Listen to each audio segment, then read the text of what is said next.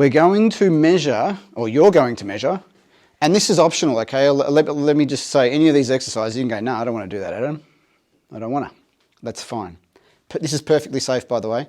This is a test of your tolerance of carbon dioxide.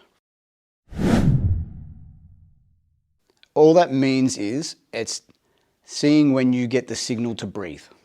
So carbon dioxide is the gas that gets created in our body, and we think of it largely as a waste gas, even though it has a lot more usage than that, a lot more utility. But when it builds up too much in the lungs, you get a signal to breathe. With asthmatics especially, that build up and that signal are really early on, and you always feel like you're out of breath. What's the first thing that you want to do when you feel like you're out of breath? Take a big breath. You feel like you want to breathe in. The weird thing is if you actually breathe out, which is a bit of trouble for asthmatics just with the way things work, you will get rid of that sensation to breathe.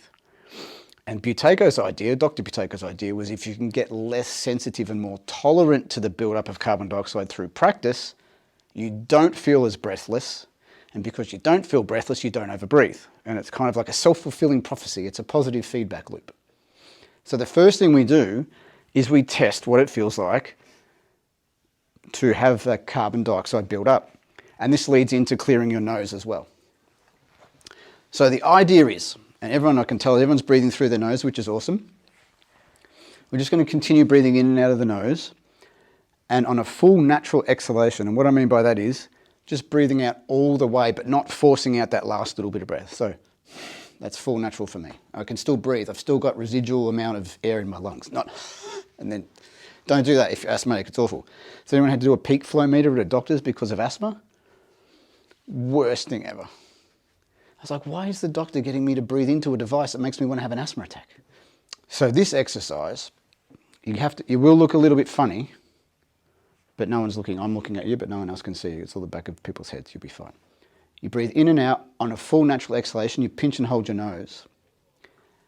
And we're going to have a timer up there. I don't know if you're going to hold it out, but you're going to hold up a timer. We're measuring in seconds. Now, you could measure in your own seconds, and then next time you do it, try and count the same. But I think it's always good just to get an obvious number. Don't worry about what the number is. Please don't compete with anyone else in the room, because this is just about where you are at the moment. You are counting the number of seconds, which will be over there, from when you first pinch your nose and hold your breath until you feel a little tickle in your throat.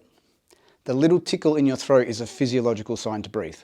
It's not the one where your brain says, hello, can you please breathe now? Because that's later on. You know what that feels like when you hold your breath a long time and then you finally, your brain says, breathe. Yeah, see, the kids know. Do you know that one? Yeah. Okay, so it looks like this. And I'll tell you right, this is called a controlled pause. And it measures, it's a measure of functional breathing and the current capacity.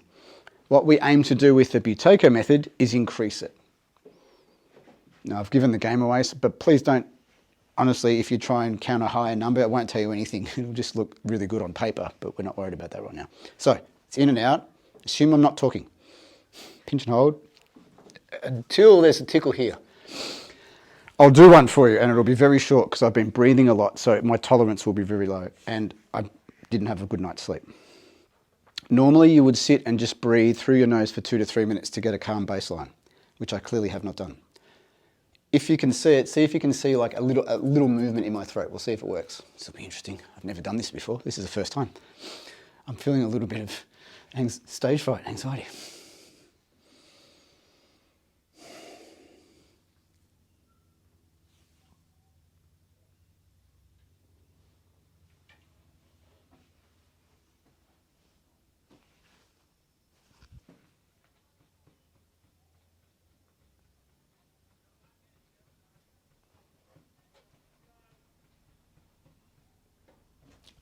I don't know if you saw it.